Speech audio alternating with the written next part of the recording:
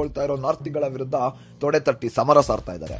ನಮ್ಮ ನಾಡಿನ ಸಂಪತ್ತನ್ನು ಲೂಟಿ ಮಾಡ್ತಿರುವ ವಲಸೆಕೋರರ ವಿರುದ್ಧ ಮಹಾ ಸಂಘರ್ಷ ಯಾತ್ರೆ ಅನ್ನೋ ಅಸ್ತ್ರವನ್ನ ಹೂಡ್ತಿದ್ದಾರೆ. ರಾಜ್ಯದಿಂದ, ಜಿಲ್ಲೆಯಿಂದ, ನಗರದಿಂದ, ತಾಲೂಕಿನಿಂದ ಹಿಡಿದು ಈಗ ಹೋಬಳಿ ಮಟ್ಟದಲ್ಲೂ ನಾರ್ತಿಗಳು. ಅಬ್ಬಬ್ಬ, ಸಾಕು.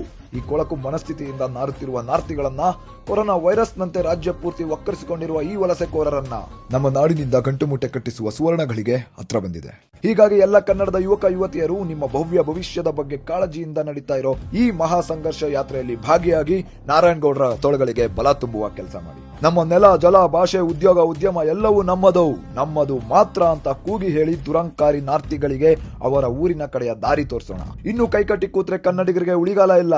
ಹೇಳಿ ಕನ್ನಡಿಗರೇ, ಎದ್ದೇಳಿ, ನಿದ್ದೆಯ ಗದ್ದುಗೆಯಿಂದ ಮೇಲೇಳಿ. ಇದು ಕೇವಲ ಒಂದು ದಿನದ ಕೂಗಾಟ ಅಲ್ಲ. ನಾರ್ತಿಗಳನ್ನ ಅವರ ಊರಿಗೆ ಗಂಟು ಮೂಟೆ ಕಟ್ಟಿಸುವವರೆಗೂ ನಿರಂತರವಾಗಿ ನಡೆಯುವ ನಮ್ಮ ಅಸ್ಮಿತೆಯ ಹೋರಾಟ.